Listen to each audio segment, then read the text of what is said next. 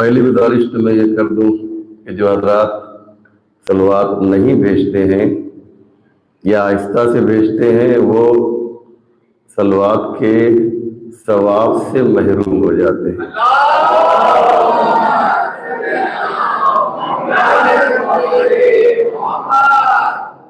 ये जो बुलंद आवाज से आप सलवात भेजते हैं इसके बारे में मैं एक हदीस सुनाता हूँ कि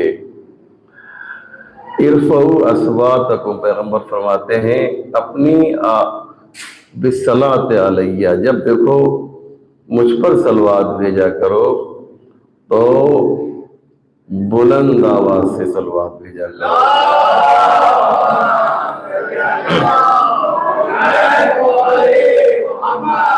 फ़इन्नहा तुज़हिबुन निफ़ाक़, क्योंकि बुलंद आवाज से सलवात भेजने से आपका दिल जो है वो निफाक और कुदूरत से दूर हो जाया करता है। जितने भी की नई किस्म के लोग होते हैं वो सलवात आप देखेंगे कि बुलंद आवाज से नहीं भेजेंगे। जो दिल का जितना साफ होता है वो सलवात जो है उतने ही बुलंद आवाज से भेजता है।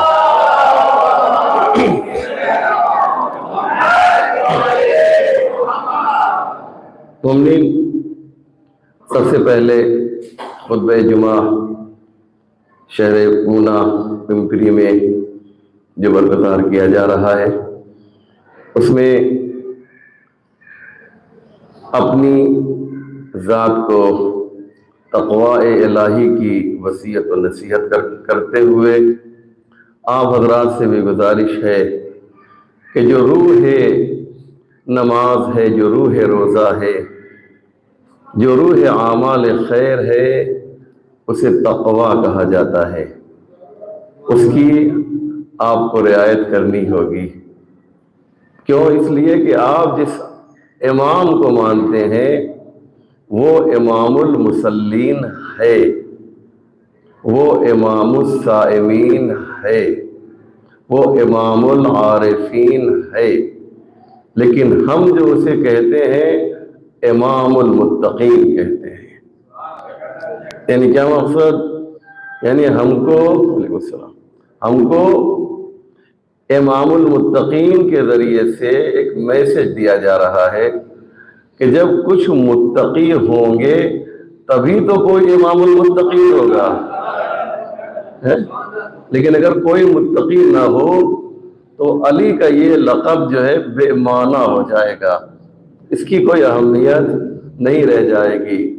कुछ सजदा करने वाले मौजूद रहें, कुछ इबादत करने वाले रहें, तभी तो कोई ज़ैनुल आबिदीन बनेगा। तो ज़रूरी यह है कि आबिदीन भी पाए जाएं, मुत्तकीन भी पाए जाएं।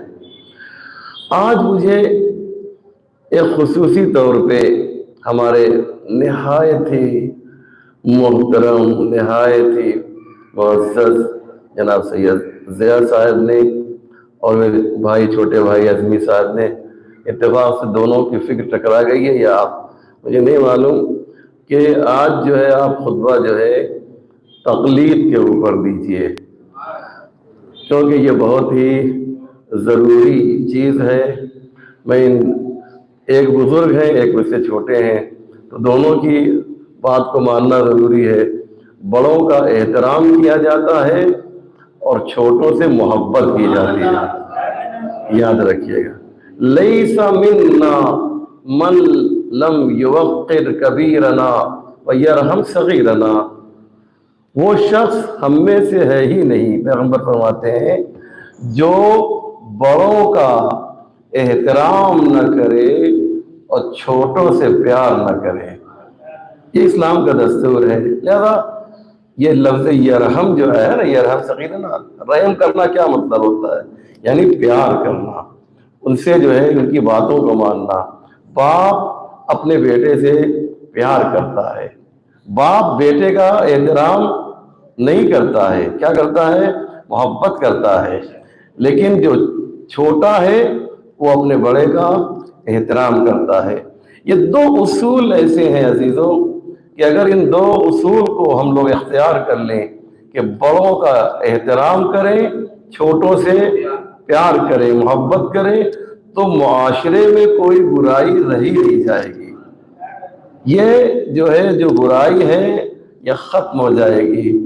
लिहाजा दोनों का एहतराम करते हुए और मोहब्बत करते हुए आइए तक़लीद के सिलसिले में कुछ अराइज़ आपकी खिदमत में पेश करो।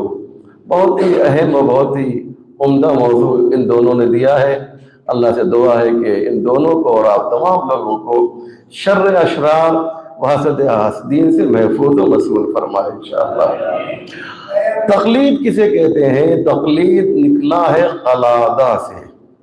क़लादा कहते हैं उस तोख को, उस गोल रिंग को कि जो गर्दन में डाल दी जाती है, उसे क़लादा कहा जाता है। आम तौर से ये पट्टा जो होता है ये जानवरों के गले में पड़ता है। इससे होता क्या है क़लादा से, कि वो आपका मोती हो फरमाबरदार हो जाता है, वरना अगर ये चीज़ न हो तो जानवर को आप कंट्रोल नहीं कर सकते हैं। तक़लीद से जो है, तक़लीद एक ऐसी शय है कि जिससे मर्जा अल्लाह के बंदों को इस तरीके से कंट्रोल करता है कि वो अल्लाह की सही इबादत कर सके। बात वाज़ेह हो रही है क्या कह रहा हूँ? मैंने बहुत बड़ी बात कही है, शायद आप तक ये बात पहुँच गई हो। तक़लीद बुरी चीज़ नहीं है, तक़लीद अच्छी चीज़ है। बाज़ लोग ये कहते हैं कि साहब तक़लीद तो मासूम की होनी चाहिए। ये हमारी जहालत है, ये हमारी नादानी है, ये हमारी बेवकूफ़ी है कि हम चले थे अइम्मे मासूमीन को बुलंद करने के लिए, लेकिन अपनी इस हिमाकत से हमने इमाम को क्या कर दिया, छोटा कर दिया। क्यों? इसलिए कि हमने कहा कि तक़लीद जो है किसकी होनी चाहिए, क्या कहते हैं जाहिल लोग, अइम्मे मासूमीन की, इमाम ज़माना की तक़लीद होनी चाहिए। हम कोई गैर मासूम की तक़लीद क्यों करेंगे? इन्हें मालूम ही नहीं है कि कितनी बड़ी गलती पर है। क्यों? इसलिए कि इमाम की तक़लीद थोड़ी होती है, इमाम की इताअत होती है, मुज्तहिद की तक़लीद होती है। अब ये इज्तिहाद क्या है, इताअत और इज्तिहाद में फ़र्क क्या है, बहुत इसको समझिएगा। इस बात को मैं आपके सामने पेश करना चाहता हूँ। इताअत में और इज्तिहाद में फ़र्क क्या है? इताअत में कोशिश नहीं होती है, जो जिसकी आप इताअत कर रहे हैं वो इमाम जो है जवाब देने में ज़हमत बर्दाश्त नहीं करता, वक्त नहीं लेता है। मैं एक मिसाल देता हूँ, बात वाज़ेह हो जाएगी। फर्ज कीजिए कि आप में से कोई एक साहब जो है गए इमाम से मुलाकात की, मिसाल दे रहा हूं मैं समझाने के लिए, और हमने कहा कि मौला हमको जो है एक मसला आपसे दरियाफ्त करना है कि मिसाल के तौर पे कि अगर हम वुजू चेहरे पे पानी जो है पहली बार डालें तो वो क्या हुक्म रखता है, दूसरी बार डालें तो क्या हुक्म रखता है, तीसरी बार डालें तो क्या हुक्म है। आप लोग जानते हैं ना, पहली बार वाजिब, दूसरी बार मुस्तहब, तीसरी बार हराम, है ना। जवाब आप जानते हैं, लेकिन मैं समझाने के लिए आपको कह रहा हूं। आप इमाम के पास गए और इमाम के पास गए तो इमाम ने कहा कि इसका हुक्म जो है ये है कि पहली बार पानी डालना क्या है, वाजिब, दूसरी बार क्या है, मुस्तहब। इमाम ने ये कहा तो हम कहेंगे कि हम इमाम ने कुछ वक्त लिया, कुछ सोचा नहीं ना। क्यों? इसलिए कि इमाम इज्तिहाद नहीं करता है। इज्तिहाद के अंदर जानते हैं इंग्लिश में क्या, रिसर्च। रिसर्च में वक्त लगता है, समझ रहे हैं ना। लेकिन इमाम को रिसर्च करने की जरूरत नहीं होती। इमाम जो रिसर्च करता है, जो इज्तिहाद करता है, उसको मुज्तहिद कहा जाता है। मेरी बात वाज़ेह हो रही नहीं वाज़ेह हो रही है? जो रिसर्च करता है उसे मुज्तहिद कहा जाता है। रिसर्च के लिए तवज्जो कीजिएगा, रिसर्च के लिए किसी चीज की जरूरत पड़ती है, अवजार की जरूरत पड़ती है, टूल्स की जरूरत पड़ती है। जैसे मिसाल दे दूं मैं आपको, खून ब्लड लिया तो इस ब्लड को जो है देख के हम नहीं बता सकते हैं कि इसके अंदर शुगर कितनी है, मिसाल के तौर पे इसका यूरिक एसिड कैसा है। ये खून जो है देख कर नहीं, बल्कि इसको एक अवजार, एक टूल की जरूरत है। वो टूल क्या है, लेबोरेटरी है, मतलब लैब में ले जाते हैं आप। तो लैब में ले जाकर जब उसे डालेंगे तब वो लैब ये बताएगा कि क्या है कि ये इसमें शुगर कितनी है, इसके अंदर यूरिक एसिड कितनी है, इसकी विटामिन बी कितनी है, B12 कितना, मिसाल के तौर पर तमाम चीजें जो है वो कौन बताएगा, वो लैब बताएगी। तो लैब की जरूरत किसको है, एक शख्स को है। अगर किसी इमाम के पास जो है, किसी मासूम इमाम के पास जो है आप खून लेके जाएंगे तो उन्हें लैब की जरूरत नहीं है, वो आपका खून देखकर बता देंगे कि इसमें शुगर कितनी है और इसके अंदर विटामिन डी कितनी कम या ज्यादा है। मेरी बात वाज़ेह नहीं वाज़ेह हो रही है? इमाम को जरूरत नहीं है कि वो लैब में जाएं। इसी तरीके से मुज्तहिद है जो गैर मासूम है, उसे भी लैब की जरूरत पड़ती है। उस लैब का नाम है अदिल्ले अरबा, कुरान, सुन्नत, इजमा, अक्ल, ये इसकी लैब है। मर्जा से जब पूछिएगा तो मर्जा रिसर्च करेगा, इमाम से पूछिएगा तो उसे रिसर्च की कोई जरूरत नहीं है। बात हो रही नहीं बात हो रही है? अब आप कहेंगे साहब नहीं, हम तो तकलीद करेंगे इमाम मासूम की। अरे भैया, तकलीद जो है वो इज्तिहाद में है, इताअत में तकलीद थोड़ी है। हम जो है मर्जा की तकलीद करेंगे, मर्जा की इताअत नहीं करते। याद रखिएगा, इताअत किसकी है, इताअत किसकी है, अल्लाह की है। अतीउल्लाह, सबसे पहले मरहले में किसकी इताअत, अल्लाह की इताअत। उसके बाद किसकी, मुझे बताइए आप लोग भाई। वातियुर रसूला, और रसूल की इताअत, व उलिल अम्रि मिनकुम, है ना। तो ये तीन इताअतें हैं ना। अब ये जो उलिल अम्रि मिनकुम है, ये एक बहुत बड़ा समुंदर है। तवज्जो कीजिएगा, इसको समझिए। इस बात को जो मैं कह रहा हूं बहुत इंपॉर्टेंट है कि एक बहुत बड़ा समुंदर है। उलिल अम्र जो है, साहिबान अम्र जो है, ये बहुत बड़ा समुंदर है। बात मेरी वाज़ेह हो रही है? इस समुंदर से बारीक छोटी छोटी नहरें निकली हुई है। इसी नहर को मरजइयत कहा जाता है। आप अंदाजा लगा रहे हैं, है ना। इसी नहर को जो है, ये जो बारीक नहर इस समुंदर से निकली हुई है, इसको जो है मरजइयत कहा जाता है। लेकिन ये नहर जो है उसी वक्त तक मोतबर है जब तक वो समंदर से वाबस्ता रहे। तो कद्र और कीमत किसकी है, नहर की नहीं है, बोलिए, समंदर की है। कद्र और मंजिलत जो है वो समुंदर की है, याद रखिएगा, नहर की नहीं है। तो अब अगर आप कहें कि साहब ये मर्जा हमारे लिए लायक सद एहतराम है, तो इसका मतलब जानते हैं क्या? आप मर्जा की तारीफ नहीं कर रहे हैं, बल्कि ये मर्जा जिससे वाबस्ता है आप उसकी तारीफ कर रहे हैं। इसलिए हम मर्जा को क्या कहते हैं? नाइब इमाम कहते हैं, इमाम थोड़ी कहते हैं। वो हमारा क्या है? मर्जा, नाइब इमाम। ये जितने भी मराजे गुजरे इस जमाने में जो है ये सब नाइब इमाम है। क्यों? इसलिए कि ये वो नहर है जो समंदर से जी मिली हुई है, जो समंदर से वाबस्ता है। तकलीद को कभी भी तकलीद के खिलाफ न जाइएगा। अब आइए एक बात मैं आपको और बता दूं, दुनिया में सिवाय अहमक और बेवकूफ के, बेबुला ज़ाया ना कीजिएगा, बुलारे भाई तो मैं कह रहा हूं सुने, दुनिया में सिवाय अहमक और बेवकूफ के हर शख्स तकलीफ करता है, चाहे किसी धर्म से उसका रिश्ता हो। मैं जो बात कर रहा हूं आप समझ नहीं समझ रहे? कोई ऐसा नहीं है, कोई ऐसा शख्स दुनिया में है ही नहीं, धर्म कुछ भी हो वो मुक़ल्लिद है किसी न किसी का। और दुनिया में अब एक मर्जा नहीं है बल्कि लाखों और करोड़ों मर्जा पाए जाते हैं। आपने क्या कह दिया? आप तो सुनते थे खाली कि दो ही चार मर्जा है, आज तो आपने करोड़ों मर्जा जाहिर कर दिया। मर्जा किसे कहते हैं ये समझ लीजिए। मर्जा निकला है रजअत से या रुजू से, आप कह लीजिए। इसका मतलब होता है पलटने की जगह। मर्जा यानी पलटने की जगह, जिसकी तरफ पलटा जाए, यानी जिसकी तरफ रुजू किया जाए, यानी जिसकी बारगाह में हाजिरी दी जाए, उसे मर्जा कहा जाता है।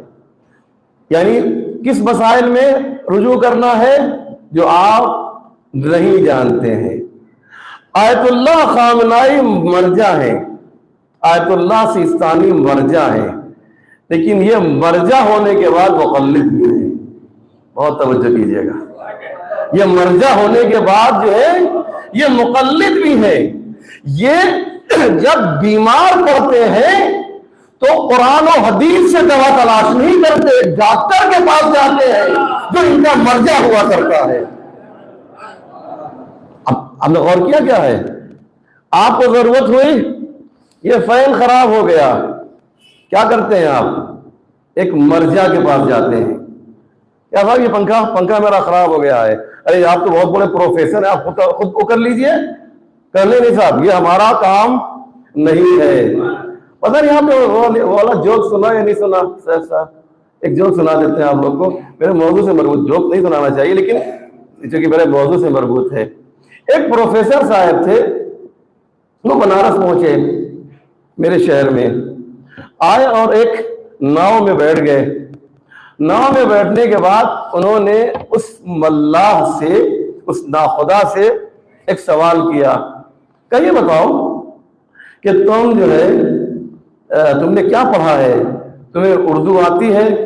उसने कहा कि नहीं। हिंदी पढ़ लेते हो? कहा वो भी नहीं आती। क्या इंग्लिश पढ़ लेते हो? कहा वो भी नहीं आती। क्या तुमको ये आता है? कहा ये भी। बिल्कुल निरे जाहिल हो? तो कहा कि हाँ मैं निरा जाहिल हूं, तभी तो कश्ती चला रहा हूं, तभी तो जो है मल्लाह का काम कर रहा हूं। तो प्रोफेसर ने क्या कहा जानते हैं? इसका मतलब यह है कि तुमने अपनी आधी जिंदगी बर्बाद कर दी। समझ रहे हैं? ये किसने कहा? ये प्रोफेसर ने मल्लाह से कहा। अब सुनिए मजेदार बात। अभी कुछ दूर कश्ती चली थी कि एक मरतबा जबरदस्त साइक्लोन आया, तूफान आया, और इसकी जो कश्ती थी जो है ये डगमगाने लगी, डूबने लगी। जब कश्ती डूबने लगी तो मल्लाह ने पूछा प्रोफेसर साहब से, आपको तैरना आता है? क्या मुझे तैरना नहीं आता। क्या इसका मतलब ये है कि आपने अपनी पूरी जिंदगी बर्बाद कर दी? आप समझ रहे हैं? पूरी जिंदगी आपने बर्बाद कर दी। क्या आपको तैरना नहीं आता है? तो कही आपकी पूरी जिंदगी। तो इसका मतलब ये है कि हर शख्स जो है तो किसी न किसी की जरूरत है। आलम हम इसको कहते हैं ये जो है मुसब्बिबुल असबाब का एक लफ्ज आपने सुना होगा। खुदा मुसब्बिबुल असबाब है, असबाब को हमें जो है देता है। ये आलम में सबब है, एक शब्द दूसरे शब्द से जुड़ा हुआ है। कोई ऐसा नहीं है कि जिसे किसी की जरूरत न पड़े। नहीं, गलत काम है, गलत कह दिया। एक जात ऐसी है जो बेनियाज है। वो कौन है? तो कुरान की आयत पढ़ता हूं, अंतुमुल फुकराउ इलल्लाह वल्लाहु हुवल गनीयुल हमीद। तुम जितने के जितने हो, सब के सब मोहताज हो। अगर कोई बेनियाज जात है तो वो खुदावंद आलम की जात है। तो जब हम मोहताज हैं तो हम किसी की तरफ रुजू करेंगे, जिसकी तरफ हम रुजू करेंगे उसी को मर्जा कहा जाता है। अब रुजू कभी दुनियावी उमूर में करेंगे, कभी दीनी उमूर में करेंगे, कभी फिक़ही उमूर में करेंगे। फिक़ही उमूर में हम जिसकी तरफ रुजू करेंगे उसे आयतुल्लाह सिस्तानी कहा जाता है, उसे आयतुल्लाह कोई कहा जाता है, उसे आयतुल्लाह खानमाई कहा जाता है। इसलिए सब मर्जा और सब मुक़ल्लिद, सिवाय किसके? मैंने बताया था, देख किसी को याद है? सब मर्जा है, हर एक को मर्जा की जरूरत है सिवाय अहमक और नादान के। इनको मर्जा की जरूरत नहीं है। क्यों? इसलिए कि अल अहमको यातमिदु अला हिमाकते। क्यों? इसलिए कि जो अहमक और बेवकूफ होता है, जो अक्लमंद होता है, वो दूसरों के मशवरे से अमल करता है। जो अहमक होता है वो अपनी हिमाकत पर एतबार करता है। एक बात हो रही है? मौलाना फरमाते हैं कि अल आक़िलु ला यस्तग़नी अनिल मुशावरा। जो अक्लमंद होता है उसी को मशवरे की जरूरत होती है।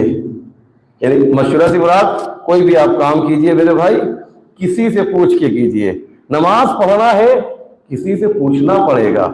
हाँ, आप इतने पढ़े लिखे हो जाएं कि आप अहकाम शरइया को अदिल्ले अरबा यानी कुरान, सुन्नत, इजमा, अक्ल से अगर अख्ज़ कर सके, अगर निकाल सके, तो इसका मतलब यह है कि आप मर्जा हैं। लेकिन जब आप में इतनी सकत नहीं है, जब आप में इतनी ताकत और कुव्वत नहीं है, तो आपको क्या करना होगा? किसी से पूछना पड़ेगा। जिससे आपको पूछना है उसी को मर्जा कहा जाता है। मन कान मिनल फुक़हाए साइनन लिनफ्सिही हाफ़िज़न लिदीनिही मुख़ालिफ़न लिहवा मुतिय्यन लिअम्रि मौला फलिल अवामि अन युक़ल्लिदूहु।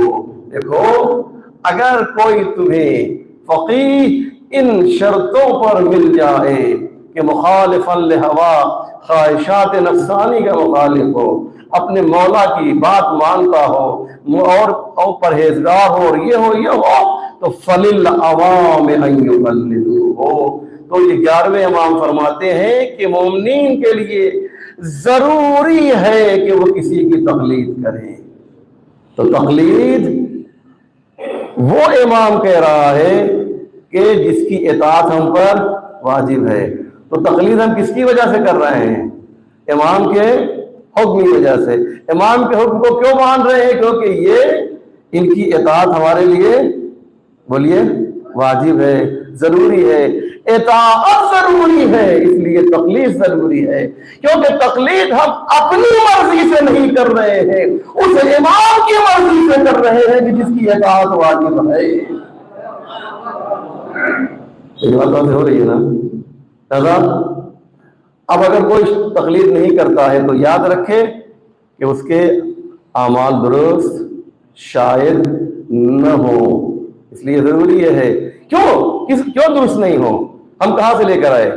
इसी इमाम हुमाम की आसमान विलायत और इमामत के 11वें रोशन और मुनव्वर सितारे ने हमें हुक्म दिया है कि तुम्हें तक़लीद करना है। अगर तक़लीद की मुखालफत कर रहे हैं तो मर्जा की मुखालफत नहीं हो रही है, हमारे 11वें इमाम की मुखालफत हो रही है। ये बात ध्यान में रखेंगे। आप किसी मर्जा की मुखालफत थोड़ी कर रहे हैं, आप घूम फिर कर जो है इमाम तक आ रहे हैं। और वो इमाम कौन है? जो जानशीन रसूल है। 11वां इमाम भी तो जानशीन रसूल है ना भाई, है? और गोया आप जानशीन रसूल की मुखालफत नहीं कर रहे हैं, बल्कि रसूल की मुखालफत कर रहे हैं, और जो रसूल की मुखालफत कर रहा है वो खुदा की मुखालफत कर रहा है। अतीउल्लाह व अतीउर रसूल व उलिल अम्र मिनकुम। लिहाजा तकलीद अगर किसी ने नहीं किया है, अब तक नहीं किया है, तो आज इस खुतबे जुमा के प्लेटफॉर्म से मैं आप तमाम हजरात से दस्ते अदब जोड़ के ये गुजारिश कर रहा हूँ कि अभी आप नियत कर लीजिए। सिलसिले में मुझे आप चाहें तो जुमे के बाद भी राब्ता कायम करेंगे, बाकी बातें मैं आपको इंशाअल्लाह ज़ाती तौर पे बता दूंगा। लेकिन याद रखिए, इन मरजइयत के खिलाफ एक प्रोपेगेंडा बहुत जबरदस्त तरीके से चल रहा है। क्यों? इसलिए कि मर्जा के खिलाफ हमारे कम फहिम जवान भी बोलने लगे हैं। क्यों बोल रहे हैं? राज सुन लीजिए, आपको पॉइंट के बाद बता रहा हूं कि इसको आप जो है अपने दिल के जो प्लेट है, जो लौ है, उस पर नक्श कर लीजिए जो बात मैं कह रहा हूं। मरजइयत की मुखालफत क्यों है? इसलिए कि बाद अज़ाइम मासूमीन अगर तशय्यो की कोई रीढ़ की हड्डी है तो उसे मरजइयत कहा जाता है। मैं दलील देता हूं, ऐसे थोड़ी बात कर रहा हूं। एक आयतुल्लाह मिर्जा शिराजी हुआ करते थे। जैसे इंडिया में ईस्ट इंडिया कंपनी ने जो है कलकत्ता में, इकबाल भाई कलकत्ता में आई थी ना वो कंपनी, हाँ, ईस्ट इंडिया जो है कंपनी आई थी और उसने उसको बेस बना के पूरे इंडिया पे कब्जा कर लिया था और अंग्रेज हाकिम हो गए थे। बिल्कुल इसी तरीके से ईरान में इंग्लैंड की एक कंपनी आई थी जो तंबाकू के जरिए से ईरान पे कब्जा करना चाहती थी। अल्मोमिनो यंजुरु बिनूरिल्लाह, मोमिन अपने आंखों की रोशनी से नहीं देखता है, नूर खुदा के जरिए देखता है। ये बात मैं कह रहा हूं ये हदीस है।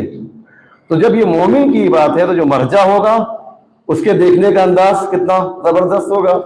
आयतुल्लाह मिर्जा शिराजी की आंखों ने, कौन सी आंख? ये वाली आंख ने जो चेहरे पे है, ईमानी आंखों ने, इरफानी आंखों ने देखा कि ये आए हैं तंबाकू के जरिए से ईरान पे कब्जा करने के लिए। इन्होंने क्या किया? ऐलान किया कि तंबाकू नोशी हराम, फतवा दे दिया। कोई तंबाकू नहीं पिएगा, सिगरेट वगैरह कोई नहीं पिएगा। नतीजा ये हुआ कि लोगों ने अपने घरों से तंबाकू सड़कों पे फेंक दिया, किसी ने जलाया और उस कंपनी को जो है बैरंग वापस होना पड़ा। समझ रहे हैं ना? बैरंग समझते हैं, किसे बोलते हैं? पहले लेटर जो आता था तो जब उसका कोई लेने वाला नहीं होता था तो ये बैरंग वापस हो गया लेटर जो है, यानी इस कंपनी का कोई चाहने वाला नहीं मिला। ये किसने किया? बोलिए, मरजइयत ने। तो जालिम ने, दुश्मन ने तो उसी मौके पर देख लिया कि मरजइयत की ताकत क्या होती। आखिरी बात मैं खत्म कर रहा हूं, चलिए उस जमाने को छोड़ दीजिए। कौन देखता है? तकरीबन 70-80 साल, 90 साल हो गया, 70 साल तकरीबन, तो कौन देखता है? चलिए अब हमारे जमाने की बात बताइए तो आप ले लीजिए। दाइश, ISIS है ना, जानते हैं इसको? तो सब लोग जानते हैं। 30 मुल्कों ने दाइश को तैयार किया था, उसमें इजराइल, अमेरिका, सऊदी अरब, ये सब शामिल थे। 30 मुल्कों ने असलहा दिया, पैसा दिया, सपोर्ट किया, जो कुछ दे सकते थे वो दिया। किस लिए? एक ईरान को खत्म करने के लिए। तो ईरान पे डायरेक्ट कैसे हमला करेंगे? तो उन्होंने क्या, ईरान का जो बॉर्डर है उसको, उसकी अमनियत को खत्म कर दो। तो अब ईरान से मिले हुए जो शहर हैं, जो मुल्क हैं, वो सॉफ्ट जो है कौन से हैं जिस पर ये अटैक कर सकते हैं? तो उन्होंने देखा कि इराक और सीरिया, शाम, ये दोनों, और ईरान के दोनों चाहने वाले भी थे उस वक्त, इन दोनों पे हमला करके इस पर कब्जा कर लो। जब इस पर कब्जा करेंगे तो फिर यहां से ईरान पे अटैक करेंगे। ये प्लान था इनका। 30 मुल्कों ने कोशिश की और कामयाब भी हुए। मैं इराक गया तो मैंने देखा कि जहां जहां तक ये लोग पहुंचे थे, मुझे ले जाया, वहां के लोगों ने मुझे लेकर गए इराकी हज़रात, तो मैंने देखा सामर्रा के करीब तक वो पहुंच चुके थे। गोलियों के निशान अगर आप लोग गए होंगे तो आप लोगों ने भी देखा होगा। और मूसल पे बुरा कब्जा हो गया था। मूसल पे कब्जा होने का मतलब समझते हैं, जैसे कोई बंबई पे कब्जा कर ले मिसाल के तौर पे। वो वहां का बहुत ही इंपॉर्टेंट शहर था। मूसल को अपने कब्जे में कर लिया था, मुतमईन हो गए थे, सब कुछ हो गया था कि अब कब्जा कर लेंगे। लेकिन मरजैयत ने अपनी ताकत को दिखाया। अगर हमारे यहाँ मरजैयत ना होती तो हम क्या करते, ये तस्वुर कीजिएगा, सोचिएगा। मरजैयत ने अपनी ताकत को दिखाया। 2 अली उठे, एक अली सैयद अली सिस्तानी और एक अली सैयद अली खामेनेई। एक ईरान से उठा और एक जो है वह इराक से उठा। जो इराक वाला अली था उसने कहा कि जवान सब भाग चुके थे, फौज जो थी खत्म हो चुकी थी और तकरीबन जो है वो कब्जा करते जा रहे थे। तो आयतुल्लाह सिस्तानी ने फतवा दिया कि जवानों को घर में रहना जो है जायज नहीं है। अपने मुल्क का दिफा करने के लिए जवानों बाहर निकलो। इतने लोग जमा हो गए, इतने लोग फ्रंट लाइन पे जमा हो गए कि मना करना पड़ा कि भैया बस करो, अब ज्यादा लोग हो गए, हम कहां से रखेंगे। तो ताकत, फौज की ताकत किसने दी? मिर्जा ने दी। अब खाली हाथ से तो जंग होती नहीं है। तो एक और अली उठा और उसने कहा कि मैं तुम्हें जो है असलहा भी दे रहा हूं और इस असलहे को चलाने के पीछे कैसी तदबीर होनी चाहिए एक शख्स भी अता कर रहा हूं जिसका नाम कासिम सुलेमानी है। आप गौर करें, जिसका नाम कासिम सुलेमानी है। कासिम सुलेमानी को दे रहे हैं। चुनांचे असलहा जो है, खाली असलहा काफी नहीं है, तलवार काटती है मगर हाथ चाहिए। तो अब जो है असलहा भी तो के लिए कुछ होना चाहिए। ये तो बेचारे जो इराकी जवान थे ये आम जवान थे। तो इधर से कासिम सुलेमानी अपने बड़े बड़े इंजीनियर्स को लेकर आए और वो दाइश के जिसके तैयारी के लिए 20-25 साल से ज्यादा लगाया गया था, उस दाइश को जो है, उस दाइश का खात्मा जो है किसने किया है?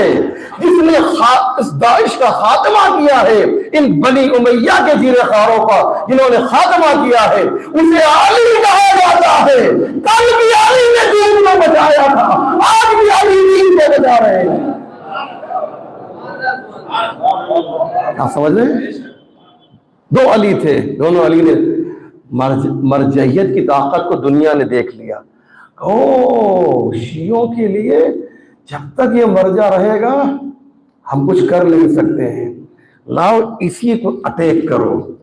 नादान बेवकूफ जाहिल किस्म के जवानों को जो है क्या किया गया? खरीद लिया गया। बनाओ में अली बहकाने की कोशिश की गई। कहा मरजैयत को कैसे तबाह किया जाएगा? ऐसे तो कह नहीं सकते आगा खानदानी बहुत खराब है, आगा सिस्तानी बहुत खराब है, कह सकते हैं इस तरह से? नहीं कह सकते। तो क्या किया जाए? कोई ऐसी टेक्निक चली जाए। आज वक्त ज्यादा हो गया मुझे मालूम, लेकिन माफ कीजिएगा, बहुत इंपॉर्टेंट बात है। कोई ऐसा काम किया जाए कि जिससे जो है मरजैयत खत्म हो जाए। तो खुल के तो कह नहीं सकते हैं कि साहब ये ऐसे हैं वैसे हैं। कहा तशहुद में अली का नाम लेके आ जाओ। जब अली का नाम तशहुद में लाया जाएगा तो मुखालफत कौन करेगा? मर्जा मुखालफत करेगा, सिस्तानी साहब मुखालफत करेंगे, खामनेई साहब मुखालफत करेंगे। और ये जो जाहिल जवान जिनके पास जो है सिर्फ इमोशन है, विजडम नहीं है, सिर्फ उनके पास जोश है, होश नहीं है, ये जाहिल जवान जो है ये कहेंगे अरे अली का नाम जो है अज़ान में, अरे तशहुद में अज़ान में लिया जाता है, तशहुद में लेने के लिए जो है खामनेई साहब मना कर रहे हैं, सिस्तानी साहब मना कर रहे हैं, नहीं मानते हैं मरजैयत को। बात हो रही नहीं जो मैं कह रहा हूं है? इस तरीके से बनाओ में अली। याद रखिएगा, दुश्मन शिमर के नाम पे हमें नहीं बहका सकता है, हुरमुला के नाम पे नहीं बहका सकता है। विलायत अली हमारी क्या है? दुखती रख है, विलायत अली के नाम से बहकाएगा। तो क्या कहा?